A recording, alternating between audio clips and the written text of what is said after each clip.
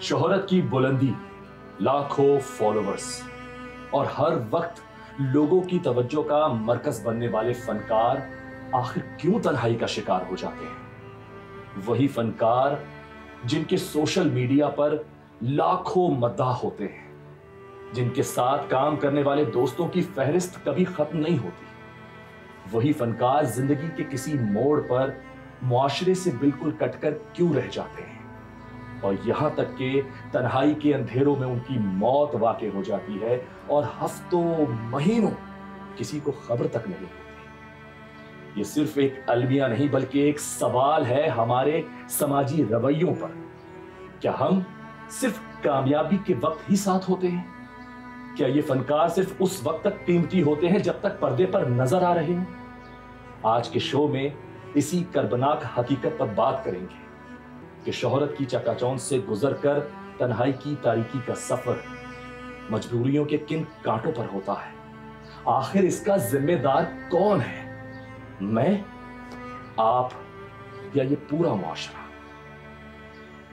इसी हवाले से बातचीत जारी है और मेरे साथ इस वक्त मौजूद हैं पाकिस्तान के मशहूर डायरेक्टर जनाब हनीफ खान साहब।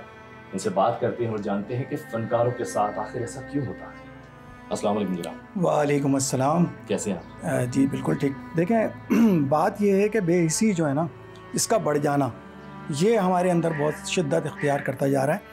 फ़नकार जो है वो अपनी ज़िंदगी पूरी जो है ना वो हमें एंटरटेन करता है। हम हमारे घरों में समझ लो वो एक किस्म का मेंबर होता है, हमारा फैमिली मेंबर होता है। उसके हम ड्रामे भी देख रहे होते हैं और उसके बारे में बहुत सारी अच्छी बातें भी कर रहे होते हैं जब तक वो ज़िंदा रहता है। इसी तरह वो अपनी टीम में जब साथ रहता है, जैसे हम आयशा आपा को ले लो। आयशा आपा ने मेरे साथ बड़ा काम किया, तो उन बड़ी शफ़ीक़ खातून थी, बहुत मोहब्बत करने वाली, हर किसी के साथ बेटा बेटा करके बात करना। मुझसे क्या पूछती थी, बेटा कैसे हो, घर में कैसे हैं, भाभी बच्चे सब ठीक हैं, बेटा सब ठीक है, बहू कैसी है, मतलब इस तरह का रवैया रखने वाली खातून। और इस तरह की उनके साथ हो, और उसके बाद फिर बाद में लोग उनके बारे में इस तरह की बातें करें तो बड़ा दिल दुखता है उनका, जो उनके साथ रहते हैं। यार, हम एक पाकिस्तानी होने के नाते हम अपने ही फ़नकारों के बारे में जिनकी हम तारीफ़ें किया करते थे, आज हम उनके बारे में गलत बातें करते हैं। और बहुत से लोग तो उन चीज़ों को फॉरवर्ड भी करते हैं बजाय उनके कि उनको बताएं कि नहीं ऐसा नहीं है, ऐसा नहीं होना चाहिए।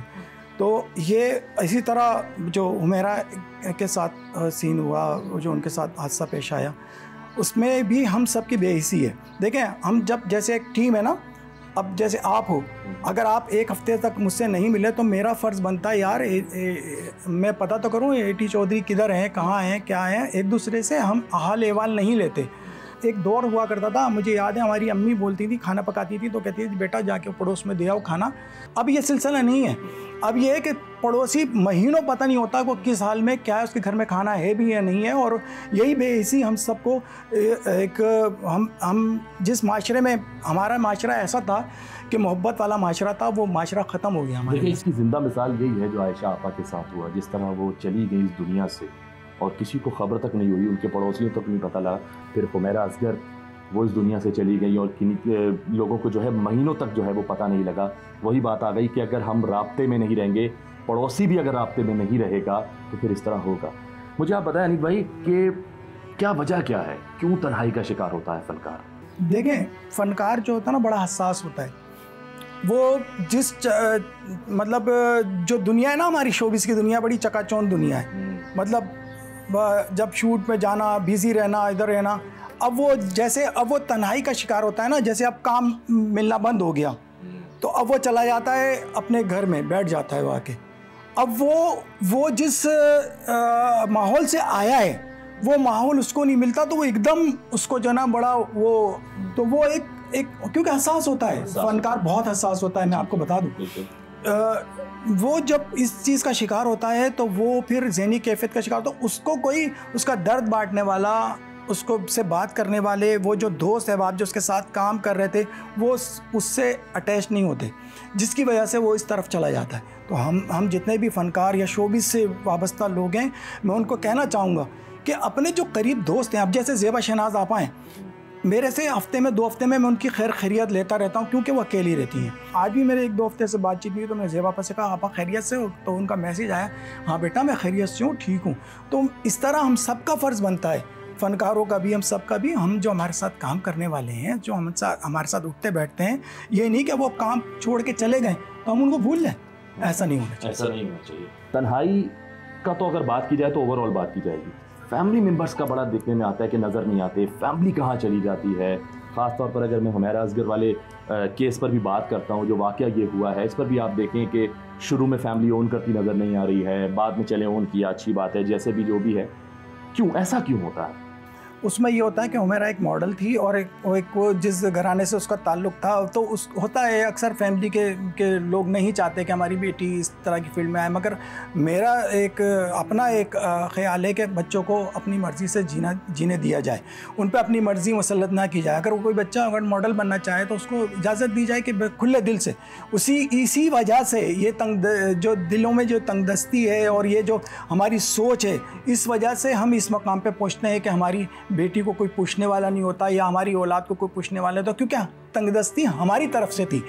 हम अगर अपने दिल को वसी करते और हम अपनी औलाद को कहते कि ठीक है बेटा, आप अपनी ज़िंदगी अपनी जियो, क्योंकि हर किसी को शख्स इस दुनिया में आया है, वो अपनी मर्ज़ी से जी सकता है, सबको इख्तियार है अपनी ज़िंदगी जीने का। आप अपनी मर्ज़ी मुसल्लत नहीं करते, मैंने अपनी औलाद पर अपनी मर्ज़ी मुसल्लत नहीं की, तो उनको भी, उनके वालिदैन को, या कोई भी हुमैरा असगर के अलावा कोई भी वालिद अगर अपने बच्चों को शोबिस में उसके बच्चे काम करें तो इस तरह का ना करें कि उनसे कतई ताल्लुक़ ना रखें, उनसे टच में रहें, उनकी खैरियत दरियाफ़्त करते रहें। जबकि वो बाई नेचर बड़ी अच्छी खातून थी, उनके मोबाइल से अभी जो तस्वीरें आई हैं थी वो बड़ी हमदर्द खातून थी, वो मतलब सोशल वाली साइड पे बहुत ज़्यादा उनका एक पब्लिक ने जब ये उसका रुख देखा, तस्वीर का दूसरा रुख, तो वो हैरान रह गए, वो अपने आप पे शर्मिंदा हुए।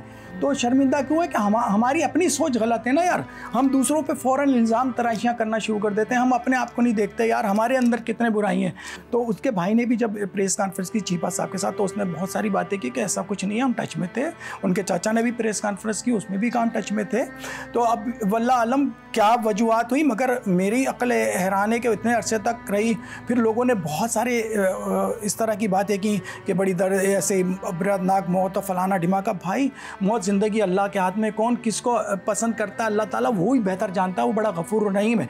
शोबिस दिखावे की दुनिया, क्या ये भी वजह है इस तरह की मौत का होना, या फिर इस तरह तन्हाई में चले जाना कि जब आप वो दिखावा नहीं कर पा रहे होते हो तो आप उस तन्हाई में चले जाते हो? हाँ, ये बात भी सही है। देखें, हम होता यह है कि हमारी जो मीडिया पर्सन हैं, जो लोग काम कर रहे होते हैं मीडिया में, तो वो एक रिच ज़िंदगी गुजार रहे होते हैं और बड़ी, अब जहाँ जाना तस्वीरें खींचना, कहीं पार्टी में चले गए, आगे पीछे लोग ये वो, और उसके बाद फिर वो जब काम मिलना बंद हो जाता है या किसी तरीके से गोशा नशीनी इख्तियार कर जाते हैं, तो वो ना उनके पास वो पैसे होते हैं, ना उनके पास वो अमाउंट होती है कि वो अपनी जिस तरह वो लाइफ गुजार रहे थे वो आगे गुजार सकें। तो ये वजह भी इसमें बनती है। ये होता है कि देखिए, एक फ़नकार अपनी लाइफ पूरी शोबिज़ की ज़िंदगी में लगाता है, फिर अपनी औलाद को वो सहूलतें दे के बाहर सेटल करवाता है, जिसमें ज़ेबा आपा की भी मैं मिसाल देता हूँ। अपने उनके सारे भाई माशाल्लाह लंदन वगैरह में उन्होंने अपनी ज़िंदगी गुजार दी, शादी नहीं की अभी तक ज़ेबा आपा ने। ये फ़नकार जब अपने बच्चों के लिए सब कुछ करते हैं तो बच्चों को भी चाहिए कि वो, उनको पता होना चाहिए कि आज हम जिस मकाम पर हैं हमारी वालिद की वजह से या वालिदा की वजह से, तो हमें भी उनको फीडबैक देना चाहिए उसी तरह का। वक्त है बिल्कुल। तो ये रिटर्न नहीं आता, इसकी वजह ये भी है। एक वजह ये भी माजी में, अगर मैं अपनी मुल्क की बात कर रहा हूँ, नज़र आता है कि बहुत सारे फ़नकार कसमपुसी की हालत में दुनिया से चले गए। जो नए फ़नकार हैं अब उनकी तरफ भी देखा जा रहा है तो ऐसा कुछ नज़र आ रहा है। जैसे हुमैरा असगर की मैं ख़ास तौर पर बात कर रहा हूँ, उनके साथ भी ऐसा ही कुछ हो गया। हम अपने बड़ों से क्यों नहीं सीख रहे? हम इस फील्ड में आना चाहते हैं, आएँ, लेकिन इसको सही तरीके से जी क्यों नहीं रहे? इसे जो है एक तरह से हम बैलेंस क्यों नहीं कर पा रहे? क्या प्रॉब्लम्स आ रही हैं? उसकी वजूहत ये हैं कि देखें, कोई ऐसा प्लेटफॉर्म हमें तरतीब देना चाहिए, जो कोई ऐसे अदाकार जो साहिब हैसियत हैं, कोई ऐसा प्लेटफॉर्म बनाएं जिसमें वो गाहे बगाहे अपने उन फ़नकारों पे नज़र रखें जिनको काम नहीं मिल रहा। वो कोई घर पे बैठा हुआ है तो उनकी खामोशी की सफ़ेद पोश होते हैं फ़नकार। कभी किसी के सामने खड़े होकर नहीं कहेगा कि मेरी मदद करो या मेरी हेल्प करो, क्योंकि उसने जो लाइफ गुजारी होती है तो वो अपने आप को इस काबिल नहीं समझता कि यार मैं किसी के पास जाके कहूँ यार मेरे पास घर में राशन नहीं है या मेरी फ़लानी प्रॉब्लम है। तो बहुत से फ़नकार अभी भी मौजूद हैं, अगर आप जायज़ा लें तो आपको बहुत सारे ऐसे फ़नकार मिलेंगे जैसे माजिद भाई हैं, उनकी बहुत बुरी हालत थी और बहुत कैफियत थी। इसमें इस्माइल तारा साहब की भी आखिरी वक्त में ऐसे बहुत सारे ऐसे फनकार आपको मिलेंगे कि लास्ट उनका जो ना बड़ी अभी खालिद सलीम साहब हैं, खालिद भाई से मेरी सलाम दुआ होती रहती है। उनकी शुगर में टांग वांग भी कट गई, वो भी अपनी ज़िंदगी गुजारे, उनको कोई पूछने नहीं आता हूँ। वो वाहिद फनकार है जिसने पाकिस्तान फिल्म इंडस्ट्री में बड़े बड़े तमाम अदाकारों के साथ काम किया। आज कोई जाके पूछता है उनको, खालिद सलीम साहब आप क्या कर रहे हैं, तो ये ज़िंदा मिसाल है। तो हमें कोई ऐसा प्लेटफॉर्म बनाना चाहिए जिसमें हम सबकी खैर खबर करते रहें, उनकी हेल्प करते रहें। कोई इस तरह का या तो हुकूमत लेवल पर हो या कोई इस तरह का कोई ऐसी चीज़ बनाई जाए ताकि फ़नकारों की जो सफ़ेद पोश होते हैं उनकी खामोशी से उनकी हेल्प कर दी जाए। आप जिस हुकूमत की बात कर रहे हैं, अगर वहाँ से कोई दायरा बनता है तो क्या लगता है कि वो प्रोफेशनली तरीके से, ऑनेस्टली तरीके से काम करेंगे? बहुत सारे मेरे सामने फ़नकारों की ऐसी ज़िंदा मिसाल हैं कि कोई हेल्प नहीं करता, तो बाकी बातें तो बहुत सारी हो जाती हैं।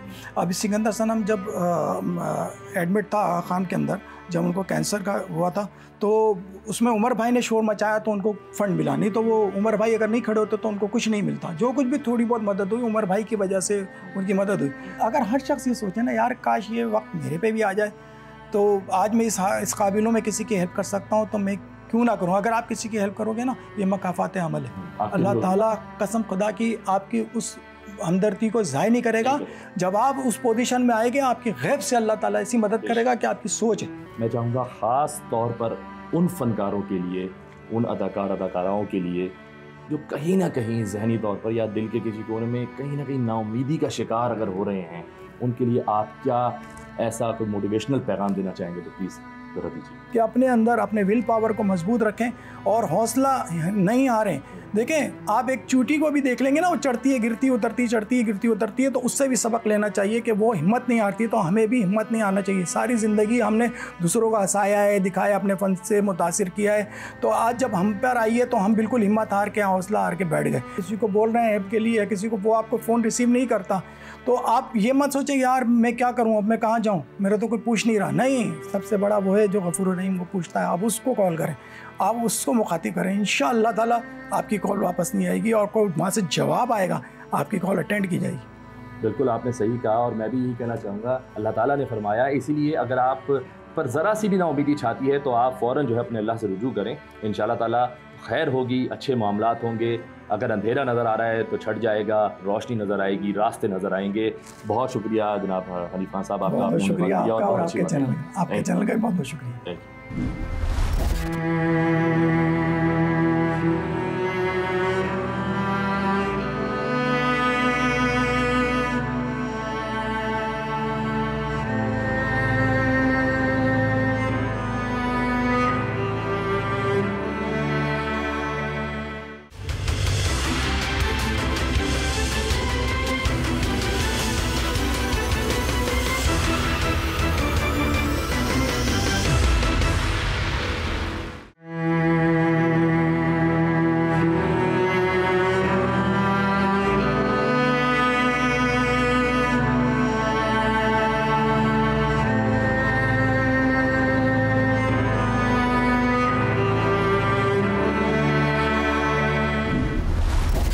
शोहरत की बुलंदी, लाखों फॉलोअर्स और लोगों की तवज्जो का मरकज बनने वाले ये फनकार आखिर में तन्हाई का शिकार क्यों हो जाते हैं? वही फनकार जिनके सोशल मीडिया पर लाखों मद्दाह होते हैं, जिनके साथ काम करने वाले साथियों की फहरिस्त कभी खत्म नहीं होती। वही फनकार जिंदगी के किसी मोड़ पर मुआशरे से बिल्कुल कटकर क्यों रह जाते हैं और यहाँ तक कि तन्हाई में उनकी मौत हो जाती है और हफ्तों महीनों किसी को खबर तक नहीं होती। ये सिर्फ एक अलमिया नहीं बल्कि एक सवाल है हमारे समाजी रवैयों पर। क्या हम सिर्फ कामयाबी के वक्त साथ होते हैं? क्या ये फनकार सिर्फ उस वक्त कीमती होते हैं जब तक पर्दे पर नजर आ रहे हों? आज के शो में इस दर्दनाक हकीकत पर बात करेंगे कि शोहरत की चकाचौंध जिंदगी से गुजरकर तन्हाई की तारीकी का सफर मजबूरियों के कांटों पर गुजरकर कैसे होता है?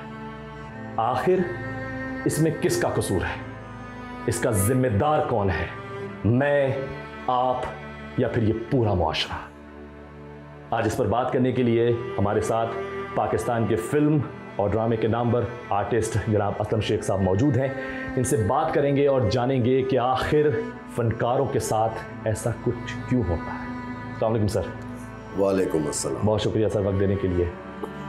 सर सवाल आपके सामने है, क्यों होता है ऐसा? देखिए जी, शोहरत, इज्जत, शोहरत, दौलत, तीनों चीज़ें जब आदमी को बहुत कुछ मिल जाता है तो उसका तो सब कुछ पूरा हो गया ना, जो चीज़ चाहता था वो। कुछ आर्टिस्ट स्ट्रगल पीरियड में ही चले जाते हैं कि वो स्ट्रगल कर रहे होते हैं और उस पीरियड में चले जाते हैं। कुछ आर्टिस्टों को वक्त से पहले मिल जाता है। ठीक, आए, देखा, नहीं कहते हैं देखा और वो छा गए, ऐसा भी होता है। और जिन्होंने नाम, इज्जत, शोहरत, दौलत कमा ली होती है उनका फिर दिल भर जाता है ये चकाचौंध दुनिया से। चकाचौंध दुनिया से दिल भर जाता है। उस वक्त उनको किसी अच्छे साथी की जरूरत होती है। ठीक है। साथी या साथियों की, मेल या फीमेल। मैं इस फील्ड के अंदर तकरीबन 35 साल से काम कर रहा हूँ और स्टेज के 5 साल लगा ले तो 40 साल हो गए मुझे इस इंडस्ट्री में काम करते हुए। बिल्कुल। 40 साल पहले के आर्टिस्टों से लेके आज तक सबसे मैं कांटेक्ट में हूँ। पिछले दिनों मजबूरन मुझे वो ऑडियो लीक करनी पड़ी, मजबूरन, कि जब आयशा आपा की औलाद के ऊपर कीचड़ उछाला गया। ऐसा कुछ भी नहीं था। आयशा आपा अपनी मर्जी से अलग रहती थी। जो जिंदगी में सब कुछ देख लेते हैं वो तन्हाई पसंद हो जाते हैं, वो यहाँ तक भर चुके होते हैं अर्तुगल। उन्होंने इज्जत, शोहरत, दौलत सब देखा होता है। ठीक है। और कभी भी ना जवानी टिकती है ना पैसा टिकता है। कुछ भी पैसा और जवानी टिकती नहीं, सब आर्जी है। सही बात है। मैंने जिंदगी में शमीमारा बेगम को भी देखा जब वो बिस्तर पे थी और मैं उनकी खैरियत पूछने जाता था तो शमीमारा मुझसे कहती थी, वीसीआर का टाइम था और वो सीडी का दौर आ चुका था, तो मुझसे कहती थी उस सहली फिल्म रखी थी, कहने ये लगा दे। तो वो सहली फिल्म लगाकर बिस्तर पे लेटे हुए सिर्फ देखती रहती थी और यहाँ से शमीमारा का आंसू बहते रहते थे कि ना ये वक्त है ना ये जवानी है। बहुत सारी एक्ट्रेस हैं और एक्टर हैं जो घरों में हैं और उनकी देखभाल करने वाले उनके या तो बच्चे हैं या बीवी है, और जिसका कोई भी नहीं है, मुल्क से बाहर चले गए हैं, वो अकेले ही सब कुछ करते हैं। जी, ऐसा है। जब वो अकेले ही सब कुछ करते हैं तो जवानों की तरीके से अब वो मोबाइल भी इस्तेमाल नहीं करते। अभी 2 केस सामने आए, एक आयशा आपा का, एक हुमैरा। हुमैरा भी वक्त से पहले बहुत बड़ी सुपरस्टार बनना चाहती थी। अच्छा, सही। लेकिन उसके लिए वो गलत तरीके से स्टार नहीं बनना चाहती थी, इसलिए उन्होंने अपना हल्का अहबाब अपने घर तक नहीं रखा। फैमिली उनकी आउट ऑफ सिटी थी।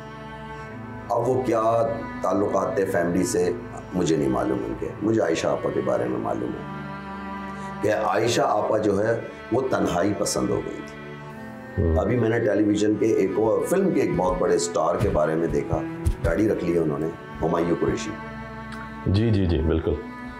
देखा मैंने। वो भी तन्हा पसंद हो, दाढ़ी रखी। हाँ, वो तन्हा पसंद हो गए। तन्हा पसंद इसलिए हो जाते हैं कि उनकी कोई स्टोरी सुनने वाला नहीं होता। ये साइकोलॉजिकल प्रॉब्लम है, ये एक बीमारी है समझ लें, और इस बीमारी को आम आदमी 25 करोड़ में कोई भी नहीं समझ सकता था इस आदमी के साथ क्या हो रहा है। तो ये बीमारी जिसकी आप बात कर रहे हैं, इस कैफियत की जो आप बात कर रहे हैं, ये क्या ये शोबिज में आने के बाद है या पहले से है कहीं ना कहीं आपके अंदर, जो बाद में उजागर हो रही है, बाद में आपको भी समझ आ रही है और आप फिर किनारा कशी इख्तियार कर रहे हैं?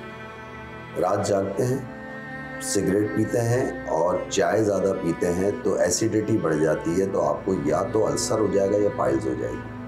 आपने कहा कि ये बीमारी आपको अल्सर या पाइल्स पहले से नहीं है, आपने जो तरीका इस्तेमाल किया उससे हुई। रूटीन जो आपने बनाया उससे हुई। ये लाइफ की रूटीन शो बिजनेस में आने के बाद, जो जब आम आदमी भी आपके करीब नहीं आ सकता था, आपका एक महदूद सर्कल है, जो आपके आर्टिस्ट हैं, आपका कैमरामैन है, आपका राइटर है, आपका डायरेक्टर है, आपके कुलीग है, बस वहाँ तक है। शूटिंग करने के बाद वो आपके घर तो साथ नहीं जाएंगे, घर तो आप अकेले जाएंगे, आप अपने ड्राइवर के पास बैठेंगे, आप अपने घर चले जाएंगे, क्योंकि वो सुबह से शाम तक expression, stresses, pauses, body language, footwork इससे गुजर रहे होते हैं, वो साइकोलॉजिकल चल रहे होते हैं। उसने रोल किया हुआ है एक मासी का, जब तक आप मासी नहीं बनेंगे उसकी प्रॉब्लम का आपको नहीं पता चलेगा। वो मासी बन चुकी होती, आयशा आपा ने अगर मासी का रोल किया होगा तो कोई भी मासी आएगी, उनको पता है कि इसका लाइफ स्टाइल क्या है, जब कैसे आएगी, कैसे बैठेगी, क्या बात है। शेख हूँ, मैं सुबह से शाम तक मोची का रोल करता हूँ। शाम को मैं मोची का गेटअप उतार के फेंकता हूँ और असलम शेख अपने अंदर आता है, तो मुझे मोचियों की लाइफ स्टाइल का पता है। मैंने हीरोइंचियों का भी रोल किया, फुटपाथ पे बैठ के उनके साथ सिगरेटें भी पी है। हीरोइंचियों की कभी भी कोई आदमी मोची नहीं बनता, हीरोइंची नहीं बनता, वकील नहीं बनता, जज नहीं बनता, फेडरल लॉर्ड नहीं बनता, जब तक आप बनोगे नहीं तो उसके बारे में आपको पता कैसे। हम तो बनते हैं और बन के उसके बाद मैं कहता हूं कि हम एक्टरों के जो नमाज पढ़ते हैं हमारे सजदे लंबे हो जाते हैं कि अल्लाह तेरा लाख लाख शुक्र है तूने मुझे गधा गाड़ी चलाने वाला नहीं बनाया। जब तक बनोगे नहीं उस वक्त तक तो ये एहसास नहीं आएगा ना। तो बिल्कुल नहीं आएगा, सही कह रहे हैं। अभी पिछले दिनों आपने सुना होगा कि समीना अहमद ने इस उम्र में शादी कर ली, उस तन्हाई से निकलना चाहती थी। उन्होंने मुकाबला किया उस चीज का, उनका मुकाबला किया। अब दुनिया है 36,000 बातें करे कि जी 70 साल की उम्र में शादी कर ली। अब वो तो कहने वाले तो हर जगह है, हर वक्त है। कितनी ऐसी एक्ट्रेस है जिनके शौहर से डाइवोर्स हो गई तो उन्होंने तन्हाई की बजाय शादी कर ली, शादी तो मूव ऑन किया। ठीक है, बिल्कुल। उसकी वजह यह कि रात को अगर आपको, जैसे रात को मैं अम्मी के पास होता हूँ बेड पे, मैं अपने कमरे में नहीं होता, मेरी अम्मी एसी में नहीं रह सकती, तो रात को ज़रा सा भी खांसती है तो मैं फ़ौरन उठ के बैठता हूँ बैठ के, जी आपको कुछ चाहिए। एक बड़े सगीर इंडो पाक के बहुत बड़े स्टार ने एक बात कही थी कि हम एक कमरे में सोते थे, 5-6 भाई थे, अम्मा अब्बा थे, रात को कोई बहन भाई या कुछ खांसता भी था तो फ़ौरन उठ जाते थे कि पानी तो नहीं चाहिए, तबीयत तो ख़राब नहीं है। अल्लाह ने नाम दिया, पैसा दी, शौहरत दी, मैंने अपनी माँ को अलग कमरे में रखा और मैं अपने बेडरूम में था। रात को किस वक्त उसकी माँ उठी, खांसी हुई और वो उसकी आवाज़ नहीं सुनी नहीं उसने और उसकी माँ मर गई। सुबह वो उठा, माँ के कमरे में गया तो मुर्दा हालत में मिली उसको, जिसका नाम था जैकी श्रॉफ। उसने रो के कहा ये बात, कहते हैं ये दीवारों ने, एक ही घर में रहते हुए भी तन्हाई हो गई, दीवारों ने खत्म कर दिया, बांट दिया सबको, बांट दिया ना। एक ही घर में रहते, कहने कि एक कमरे में थे, सब साथ रहते थे, मोहब्बत थी, प्यार था पहले। तो मेरे भाई ये एक, मैं इसको किसी डॉक्टर से पूछ लीजिएगा, मैं इसको बीमारी कहूँगा। ये बीमारी आ जाती है तन्हाई पसंद।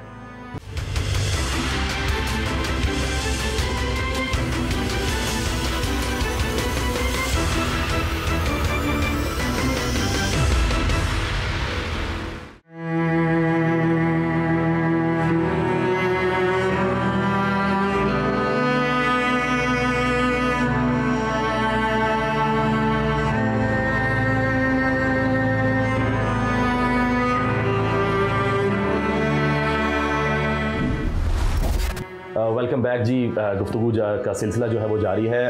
सर मैं एक और सवाल आपसे यहाँ करना चाहूँगा, वो ये कि जिस बीमारी की हम जिस तरह बात कर रहे हैं, इस कैफियत की बात कर रहे हैं, तन्हाई की बात कर रहे हैं, जो नए हैं बच्चे बच्चियाँ आजकल जो काम कर रहे हैं, नए लोग हैं, जब ये सीनियर्स के साथ काम कर रहे होते हैं स्क्रीन पे, सेट्स जो है वो शेयर करते हैं, स्क्रीन शेयर करते हैं, तो क्या वो जो सीनियर हैं वो इस बीमारी के बारे में या इस कैफियत के बारे में आने वाले बच्चों को गाइड नहीं करते कि ये भी हो सकता है तुम्हारे साथ, कल को इस दौर से भी गुजर सकते हो, कैसे लड़ाई करनी है, कैसे फेस करना है, कभी शेयर नहीं करते क्या? पोर्तुगल न्यू जनरेशन सुनने को तैयार नहीं है। ओके, सही। ये एक अलग बीमारी है, ये एक अलग बीमारी है, वो अलग बीमारी है। वो कहते हैं कि हमें ना समझाओ, हम समझे समझाएं, हम समझे समझाएं, हमें अपना टारगेट पूरा करना है। आपने कर लिया ना अपना, आपने अपना बना लिया ना, वो आपका दौर था, अभी दौर हमारा दूसरा है। मैं मुत्तफिक हूँ, क्योंकि ये सुनाई देती है मुझे, बिल्कुल सही कह रहे हैं। जूनियर जो है वो सीनियर को सुनने के लिए तैयार नहीं है कि हम इससे कुछ फ़ायदा उठा लें, नहीं। कुछ इतने इंतहा पसंद आर्टिस्ट हैं जो आउट ऑफ सिटी से अब कराची आए हैं। कितने लड़का और लड़कियां घर वालों को भी नाराज़ करके आए हैं यहाँ पर इस काम के सिलसिले में। कुछ पैसे जमा किए और यहाँ आ गए। आप जाइए डिफेंस के अंदर, बहुत सारे ऐसे फ्लैट है कि एक फ्लैट में 2-2 लड़कियां भी साथ रह रही हैं और कोई लड़कियां अकेली भी रह रही हैं। वो रूम शेयरिंग सिलसिला भी है, बहुत शेयरिंग भी, कुछ अकेले रह रही हैं। अब मैं यह बताऊं कि यहाँ ना उनके माँ बाप हैं, ना बहन भाई हैं, ना रिश्तेदार हैं, ना कहीं शादी ब्याह है, कहीं जाना ही नहीं है। तो वो ऑलरेडी खुद ब खुद तन्हाई का तो शिकार हो ही गए ना। दिन भर सेट पे रहे, रात भर तन्हा है। रात भर तन्हा है, वो तो तन्हाई है। ये उनके लिए है जो रातों को कोई ये अपने शो बिजनेस की गैदरिंग अटेंड नहीं करते। कितने लोगों ने गैदरिंग बनाई हुई है ना, स्टेज वालों की गैदरिंग अलग है, फिल्म वालों की अलग है, टीवी वालों की अलग है, गाने वालों की गैदरिंग अलग है। किसी के घर में बैठ गए, रात भर वहाँ बैठे, गाना बजाना चल रहा है। अभी मेरे ख्याल से मैंने जो पिक्चर्स देखी हैं, हुमैरा का कमरा कोई इतना लेविश कोई फ्लैट नहीं था, सिर्फ सोने की जगह थी एक उसके पास, और वो स्ट्रगल ही कर रही थी और तन्हा पसंद थी। वो तन्हा पसंद क्या, वो तन्हाई का शिकार थी, तन्हाई का शिकार थी। आयशा आपा ने अपनी ज़िंदगी तन्हा कर ली थी, कहने नहीं बेटा बस। उनकी कॉल के अंदर है कि जो इन लोगों ने मुझे जवानी में देखा है, अब वो मुझे क्या देखेंगे कि इस बुढ़ापे में क्या कर रहे हैं। कितनी आर्टिस्ट ये कहती हैं कि, और उनके मैंने सोशल मीडिया पे भी देखा है कि यार बुढ़ी घोड़ी लाड़ लगाम, अब दोबारा फिल्म में ड्रामा में काम कर रहे हैं, दूसरों को चांस दें, छोड़ें हमारी जान। ऐसा भी हुआ है, हमारी जान छोड़ें, बहुत कर लिया तुमने, दूसरों को तो जान आने दें। और भाई वो उस तालाब और उस समंदर का हिस्सा है, उनको हम कैसे निकाल के फेंक सकते हैं? कैसे निकालें? उनको हम कैसे निकालें उसमें से, उस तालाब और समंदर में से कैसे निकालें? हाँ, वो बड़ी मछली बन चुके हैं। इस वक्त ज़रूरी है एक दूसरे से बॉन्डिंग की। जिस वक्त मैंने इंडस्ट्री में कदम रखा था, एक दूसरे से मिलना जुलना होता था, इसी फील्ड के अंदर आपस में शादियां हो जाती थी, इसी फील्ड में एक दूसरे की केमिस्ट्री समझने वाले लोग थे, एक दूसरे के घरों में आने जाने वाले लोग थे। बीमारी के अंदर लोग हॉस्पिटल में खड़े हुए होते थे, वो चीज़ ख़त्म हो गई। आज के दौर के अंदर जो आर्टिस्ट आ रहे हैं वो कहते हैं कि आए और फ़ौरन हम हुमायूं सईदी असलम शेख बन जाए। ऐसा नहीं है, ऐसा नहीं है कि वो फ़ौरन हुमायूं सईदी असलम शेख बन जाएंगे, या फ़ौरन वो महविश हयात या मायरा बन जाएगी जो लड़की आएगी। हमें मिलना चाहिए, हम आर्टिस्टों को मिलना चाहिए। लेकिन यहाँ पे मैं कहता हूँ कि गैप जो है ना वो ये है कि इस शहर के लोग वाले तो होंगे, अब जो उस दूसरे शहरों से आके यहाँ रह रहे हैं, ना उनके घर में तकरीबात हैं, ना उनके घर के अंदर कुछ है, वो तो सिर्फ यहाँ पैसा कमाएंगे, नाम शोहरत कमा के दूसरे शहर जाना है, वो तो अपने घर में नहीं कर सकते, तो वो तन्हाई का शिकार होते हैं। मेरी नज़र में तन्हाई एक बीमारी है, ये बीमारी है, और हम लोगों को मिल के उसको उस बीमारी से निकालने में हम कलीदी किरदार अदा कर सकते हैं। हमें चाहिए, चाहे वो जूनियर हो चाहे सीनियर हो। मेरी एक आदत है, अब क्या है कि अब अगर फ़ोन आएगा तो किसी काम के लिए ही आएगा, या परेशानी के लिए आएगा, या पैसे मांगने के लिए, या इन्विटेशन का फ़ोन होगा। मेरे घर में तकरीब है इसलिए फ़ोन आ रहा है, मुझे पैसों की ज़रूरत है इसलिए फ़ोन आ रहा है, या कोई मुझे कोई काम दिला दो तो इसके लिए फ़ोन आ रहा है। मेरे फ़ोन खैरियत के होते हैं। मैं अपने सीनियर जूनियर को दिन रात जो कॉल करता हूँ, क्या हाल है, कैसे हो, तबीयत कैसी है, काम चल रहा है, शूट हो रही है, घर में सब खैरियत है। बड़े जो सीनियर होते हैं उनसे सर आप, मैं अपने सीनियर से उनकी कहानियाँ सुनता हूँ पूरी पूरी रात फ़ोन पे। उसकी वजह ये हुई है कि मैं अपनी वालदा के साथ जो मुंसलिक हुआ हूँ, तो मेरी वालदा एक एक किस्सा रात को 150-150 दफ़ा मुझे सुना चुकी है, और मैं रिस्पॉन्स ऐसा देता हूँ जैसे पहली दफ़ा सुन रहा हूँ। मैं साइकिल चलाती थी, अच्छा आप साइकिल चलाती थी, मैं स्कूल जाती थी, अच्छा स्कूल भी जाती थी आप, वाह वाह वाह वाह, अच्छा तो स्कूल अच्छा अम्मी सुबह लगता था या शाम को लगता था? अब वो 150 दफ़ा बता चुकी हैं कि सुबह लगता था। मैं हर दफ़ा अच्छा सुबह लगता था। हमें क्या है अम्मी, क्या हो गया, सुन चुका हूँ ये किस्सा मैं। ये हमारा बेसिकली आगे से रवैया ये वाला, ये रवैया ये हो गया। अरे अम्मी आपको नहीं पता, हमें ज़्यादा पता है। ओ भाई नहीं, उन्हें ज़्यादा पता है। हम ये अलमिया जो है, ये अलमिया अब नहीं होना चाहिए। हमें एक दूसरे का ख्याल रखना होगा, हमें एक दूसरे की खैरियत पूछनी होगी, हमें एक दूसरे के दुख तकलीफ में साथ खड़ा होना होगा कि इतना बड़ा इंसिडेंट और सामने ना आए। हम कोशिश ये करें। बिल्कुल, हमारी दुआ भी यही है और कोशिश भी होनी चाहिए और उम्मीद भी करते हैं। मैं ये भी जानना चाहूँगा कि जब ये तन्हाई का शिकार हो जाते हैं या कट ऑफ हो जाते हैं काम ना मिलने की सूरत में, क्योंकि शोबिज़ है, दिखावे की दुनिया है, दिखावा कर रहे हैं, ज़रूरत से ज़्यादा दिखावा कर रहे हैं, और जब वो चीज़ नहीं होती तो भी इस बीमारी का शिकार हो जाते हैं कुछ लोग। अब वो काम नहीं मिल रहा, अखराजात कहाँ से करें, तो फिर वो जो टाइम है वो कैसे क्या करते हैं? और तन्हाई आती है तो आदमी डिप्रेस में जाता है, और जब डिप्रेस में जाएगा तो या तो फिर आर्टिस्ट ज़्यादातर बीमार होता है, और वो जब बीमार होता है तो वो जो पैसा अपनी फैमिली पे खर्च कर चुका होता है फिर वो हुकूमत की तरफ देख रहा होता है, और लोग आम लोग मजाक उड़ा रहे होते हैं। ये आर्टिस्टों का बुरा वक्त क्यों होता है? कस्मा परसी में क्यों होते हैं ये तो कस्मा परसी में चले जाते हैं आर्टिस्ट। अच्छा, इस पूरे बीच में कस्मा फुर्सी की हालत में आना, काम ना मिलना, डिप्रेशन आ जाना, इस बीच वो लोग किधर होते हैं जो उस वक्त तो बहुत चढ़ा रहे होते हैं, आपको काम भी दे रहे होते हैं, फिर अचानक से जब हाथ उठा लिया जाता है तो फिर वो लोग क्यों नहीं राब्ता करते? अगर आर्टिस्ट भी उनसे बार बार राब्ता कर रहा होता है तो गाय बगाए हमें ये भी सुनने को मिला कि यार बहुत ज़्यादा कोशिशें की गई, डायरेक्टर्स तक अप्रोच की गई, प्रोड्यूसर्स तक अप्रोच की गई, लेकिन अब वो कास्ट नहीं करना चाहते, अब वो काम नहीं देना चाहते। इसकी क्या वजह है? इंडस्ट्री के अंदर जब नया टैलेंट आता है तो पुराने टैलेंट को उसको साथ लगा के पेश किया जाता है। ठीक है, वो कहते हैं बहुत देख लिया इसको यार, अब इसके साथ नया टैलेंट लगाओ, नया टैलेंट लगा के दो इसको। वो नया टैलेंट भी जो है वो जब उसकी जगह जाता है तो उसकी जगह खाली हो चुकी जो पुराना था, उसको कहाँ, उसकी खपत कहाँ जाएगी? वो किधर जाएगा? या तो हमारे इंस्टीट्यूट हो कि जी गाड़ी उनको पिक करें और वहां जाएं और वो वहां लेक्चर दें, सिखाएं, वो भी नहीं। मास कम्युनिकेशन के अंदर जाके वो सिखाएं कि जी मेरा 40 साल का तजर्बा, मेरा 30 साल का तजर्बा, how to work, how to talk क्या होता है, मीडिया में किस तरह सरवाइव किया जाता है। ऐसा कुछ भी नहीं है, कोई इंस्टीट्यूट नहीं है जहां उनकी खपत हो कि जहां उनको ले जाया जाए। लेकिन ये बिजनेस है, शो बिजनेस, इसी तरह जैसे आदमी का बिजनेस होता है, ये बिजनेस कभी अप है कभी डाउन।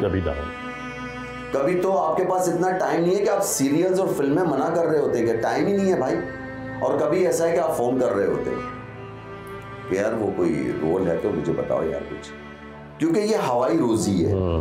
ये तो अब गवर्नमेंट ने आके, हुकूमत पाकिस्तान ने मेडिकल कार्ड इशू किए जो कि मुझे भी मिले, और सूबाई भी और कौमी भी कार्ड उन्होंने दिए, ये थोड़ी सी उन्होंने इज्जत दी। लेकिन मैं कहता हूं कि शौहरत से भाई एक पाव दही नहीं आता, लाइफ को प्लान करना चाहिए। कुछ लोगों ने खुद अपने तौर के ऊपर तन्हाई इख्तियार की थी, जैसे कि आयशा आपा। कुछ लोग खुद ब खुद तन्हाई का शिकार हो गए और इख्तियार की अलग अलग चीज़ें। उन्होंने खुद इख्तियार की कि नहीं अब मैंने काम ही नहीं करना, मैं तन्हा पसंद हूँ, मैंने बहुत कर लिया सब कुछ। आयशा खान। कुछ शिकार हो गए, दूसरे शहर से आके यहाँ पे थे, कोई इनका मिलने जुलने वाला कोई भी नहीं था, वो हुमैरा अली असगर हो गई, पहले दिन से ही तन्हाई का शिकार, पहले दिन के तन्हाई का शिकार। और अल्लाह ना करे कि अब ये जो दूसरे शहरों से इस कराची शहर में आ रहे हैं स्टार बनने के लिए, और वो यहाँ अकेले होते हैं, कोई ऐसा वाकया और सामने ना आए, तो उसके लिए हिकमत अमली तैयार करनी पड़ेगी। मैं ये भी चाहूँगा कि कोई मैसेज अगर आप देना चाहें उन न्यू कमर्स के लिए जो दूसरे शहरों से आ रहे हैं या हमारे अपने शहर से हैं, काम ना मिलने पर मायूसी का शिकार हो जाते हैं, नाउमीदी कहीं पैदा हो जाए अगर उनके दिलों में, तो कैसे निपटा जाए इस चीज़ से? एक दूसरे को आप सपोर्ट कीजिए, चाहे वो शहर कराची का आर्टिस्ट हो या दूसरे शहर का आर्टिस्ट हो। कहीं कास्टिंग हो रही है उसको बिजी रखने की कोशिश करें, उसके अलावा उससे कांटेक्ट में रहें, उसको शूटिंग के अलावा भी बिजी रखें। अगर उसकी फैमिली उसके साथ नहीं है तो उसकी फैमिली का हिस्सा बन जाए कि हम तुम्हारी फैमिली का हिस्सा हैं। जैसे कि मैं अपने टाइम में बात कर रहा हूँ कि कोई बीमार होता था तो हम सब हॉस्पिटल में खड़े होते थे, हम कहते थे परेशान नहीं होना। उस वक्त तो गवर्नमेंट भी सपोर्ट नहीं करती थी, मेडिकल कार्ड नहीं था वहाँ, तो हॉस्पिटल में हम आर्टिस्टों ने आपस के अंदर ही एक दूसरे से ख्याल करके, और हमने कहा इसका बिल दे देंगे, फिक्र नहीं करो।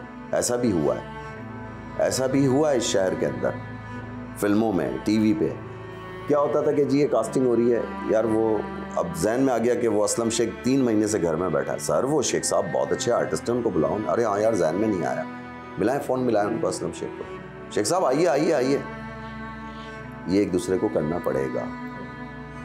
इसका सलूशन ये है कि अपने दोस्तों को अपना रिश्तेदार समझो और उनको तन्हाई का शिकार नहीं होने दो। बड़ी अच्छी बात की आपने। देखें नाज़रीन, बिल्कुल सही बात है कि दोस्तों को रिश्तेदार समझो, अपनों से मिलते रहो, अपनों का ख्याल रखो।